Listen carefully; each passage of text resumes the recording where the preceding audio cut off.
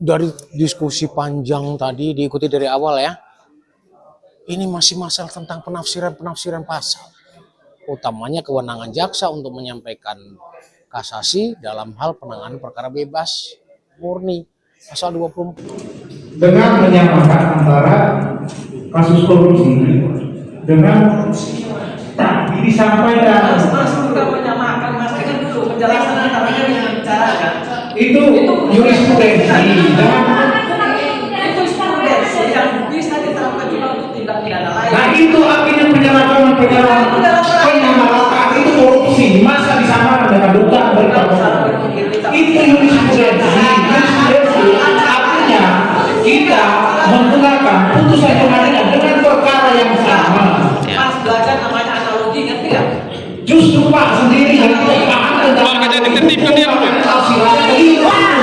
kita punya dosen, kita punya paham tentang hukum.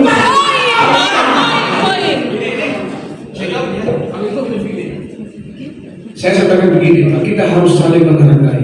Saya paham kawan-kawan, silakan. Poin mana yang kita tidak menghargai Bapak? Poin mana yang tidak? Anggaplah kawan-kawan kami tidak layak untuk diskusi, silakan. Tapi tugas kami, maka jadi selaku pimpinan sudah menerima, ya biarkan itu aja Pak. Ya maksudnya banyak apa? Pikir dulu, Pak, kotak dulu, jangan asal bicara. Kawan-kawan korupnya, tolong kondisikan ini kita harus kondisi. Apapun hasil dari diskusi ini harus saling menghargai. Iya, terkait dengan perkara korupsi tadi, baru diserahkan dengan kasus-kasus yang lain. Jurisprudensi itu adalah putusan Mahkamah Agung yang kemudian diikuti oleh hakim-hakim yang di bawah. Ya, jurisprudensi itu putusan Mahkamah Agung dan dalam kasus yang sama diikuti oleh hakim-hakim yang di bawah. Hakim PT, hakim PN. Semua perkara, mau perkara tindak pidana umum, mau perkara tindak pidana khusus, di KUHP yang lama jaksa bilang kasasi. Mau perkara pencurian, mau perkara pembunuhan, mau perkara korupsi itu dinilai jaksa kasasi. Itu KUHP yang lama. Jadi KUHP itu mengatur hukum acara untuk seluruh perkara. Ya, KUHP itu mengatur hukum acara untuk seluruh perkara. Mau perkara korupsi, mau perkara tindak pidana khusus. Nah kebetulan pada waktu KUHP baru berlaku, ini KUHP baru berlaku, ada perkara korupsi yang kebetulan bebas. Ya, kemudian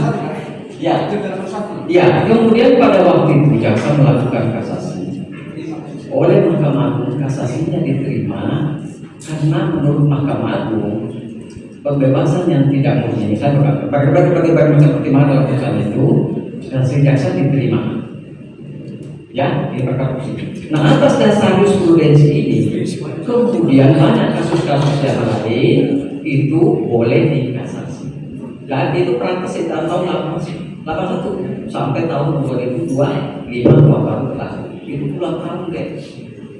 Ya, jadi biasanya saya sebenarnya senang adik-adik ini kritis, pintar ya. Saya sampai begini. Artinya secara interdependensi bagaimana keterkaitannya antara jurisprudensi dengan korupsi yang kemudian dipertimbangkan oleh MA yang kemudian menjadi jurisprudensi dan diikuti oleh pengadilan di bawahnya. Artinya bahwa analisa itu, jurisprudensi itu secara tidak langsung menyamakan perkara-perkara yang lain antara korupsi dengan penyebaran berita bohong. Padahal penyebaran berita bohong itu harus ditafsir secara hati karena dia sangat berkaitan dengan kebebasan menyampaikan. Tidak ada aturan yang membenarkan jaksa mencabut kasasi. Silakan catat. Kayak kita nih, ya, tapi ada solusi. Mungkin ini menjadi solusi jalan tengah teman-teman semua. Ya, solusinya adalah teman-teman, adik-adik semua, sampaikan ke suruh tolak kasasi kami selesai. Suruh tolak kasasi kami berdasarkan apa yang diyakini tadi bahwa menurut pasal undang-undang baru, pemberlakuan undang-undang KUHP baru, jaksa tidak berhak kasasi. Selesai. Tidak usah capek-capek di sini. Iya dong. Karena kewenangan ada di sana. Kami pun nggak bisa nyabut kasasi. Yang bisa nyabut jaksa penuntut umum di sana, bukan pengadilan, tapi majelis hakim yang punya hak memutus mengadili suatu perkara. Ini kasih solusi saja. daripada berbelit-belit mutar-mutar tentang pasal ini huruf ini, tidak selesainya. Pemahaman juga beda, sudut pandang beda, kemampuan berpikir kami beda sama teman-teman semuanya. Itu. Kalau saya memberikan solusi seperti itu, bisa. Tadi bilang katanya, kalau jaksa dinyatakan tidak berhak berwenang dengan kasasi, tentunya PN yang menilai ini benar nggak? Jaksa bisa nggak ini mengajukan kasasi? Kalau dinyatakan tidak selesai masalah. Saya jamin begitu ada upaya hukum lain. Ini sekaligus menjadi acuan bagi penanganan proses penanganan hukum yang lain. Jangan memaksakan kehendak. Ini kita menyelesaikan masalah dengan aturan hukum. Yang solusinya itu, kami siap menjadi teman diskusi hari-hari. Tapi jangan saling menghujat, jangan saling menjatuhkan. Kami siap. Enggak, ini saya bilang. Bukan. Ini saya bilang begitu. Artinya ada kontrol gitu ya. Ada kontrol. Bagaimana? Ini jaksa kasasi adalah memang sudah dijelaskan. Sudah ketemu dari dulu zaman saya jadi jaksa pertama kali bebas kasasi. Memang seperti itu. Dan kita tidak punya mekanisme untuk cabut kasasi. Benar-benar ada mungkin lah. Jadi solusi jalan tengahnya adalah ketemu ketua BM, ketemu pengadilan, bagaimana terkait masalah pengajuan kasasi oleh jaksa. Kalau memang tidak sesuai dengan ketentuan peraturan perundang-undangan yang ada, tolak. Selesai. Itu saya rasa jawaban terakhir saya terkait masalah proses kasasi terhadap para Erasmus. Sekali lagi saya sampaikan, saya tidak punya kepentingan, saya tidak berada Erasmus, saya tidak punya rapor, teman-teman juga saya yakin tidak ada. Jadi saya pikir ini sudah hal yang qualified di antara kita. Tentunya nanti ke depannya apa yang sudah menjadi dalam diskusi-diskusi yang hidup ini bisa menjadi materi dalam kita rombongan itu jalan terakhir. Silahkan teman-teman, bisa pertimbangkan itu dan bicara yang paling soft saat ini. Oke? Sudah selesai diskusi tentang panas-panasan, masih kurang lagi. Oke? Ya oke. Kalau mau ditutup, kita disolusi sudah. Kepala Kejaksaan Tinggi Nusa Tenggara Timur berharap dilakukan oleh PT Bawah Development. Sekian dan terima kasih. Baik, terkait kehadiran kawan-kawan aliansi perbincangannya cukup alot, tapi ada satu hal yang menarik, itu solusi yang ditawarkan Pak Ajati. Mungkin lebih dipertegas soal solusi. Oke. Udah? Oke.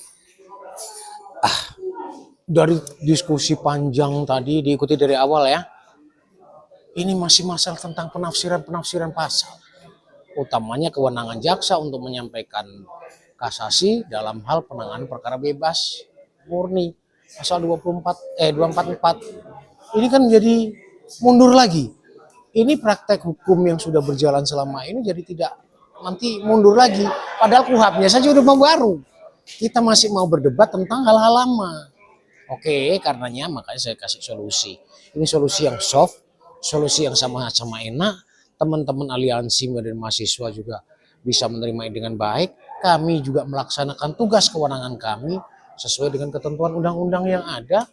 Dan kita serahkan lagi kepada hakim sebagai pengadil. Gitu loh. Soal materi kasasi. Materi kasasi. Poin utama atau materi kasasi yang kami saja nggak tahu, itu hanya JPU yang tahu. Ada informasi sempat koordinasi ke Kejaksaan Tinggi itu melaporkan iya, tapi kalau materi itu materi rahasia itu. Jangan materi ini kita buka di sini ya. Tapi intinya bahwa semua berjalan sesuai dengan proses hukum yang ada. Saya yakinkan itu. Ya. Makasih ya. Baik, terima kasih tentu dari Aliansi Pemuda Mahasiswa NTT terkait dengan audiensi yang dijanjikan dijadwalkan bersama di hari Senin ini bersama teman-teman semua. Kami mempertanyakan dan menuntut terkait dengan proses kasasi, upaya kasasi terhadap terdakwa yang sudah diputuskan bebas, Erasmus Frans Mandato ini. Adapun jawaban yang kami dapatkan dari pihak Kejaksaan Tinggi Nusa Tenggara Timur cukup memuaskan. Kenapa? Karena beberapa pertanyaan yang kami lontarkan berkaitan dengan kami mengharapkan bahwa kami menuntut pihak Kejaksaan Tinggi untuk bisa mencabut kasasi, tetapi secara hukum bahwa kasasi yang sudah dilayangkan oleh Kejaksaan Tinggi itu tidak bisa dicabut.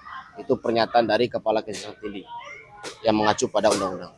Akan tetapi dari pihak Kejati memberikan solusi kepada aliansi bahwasannya kita bisa melaporkan langsung, menolak langsung di pihak Pengadilan Negeri Rotendao. Maka dari itu, dari teman-teman aliansi akan melaksanakan hal yang sudah disampaikan oleh Kejati, solusi yang disampaikan oleh pihak Kejaksaan Tinggi di pertemuan sore hari ini. Mungkin seperti itu. Kembalikan. Mungkin bisa bocorkan sedikit soal materi kasasi. Untuk materi kasasi nanti akan disampaikan lebih jelasnya oleh saudara saya dari GMKI dan juga Denus. Seperti itu, Ketua. Apa harapannya?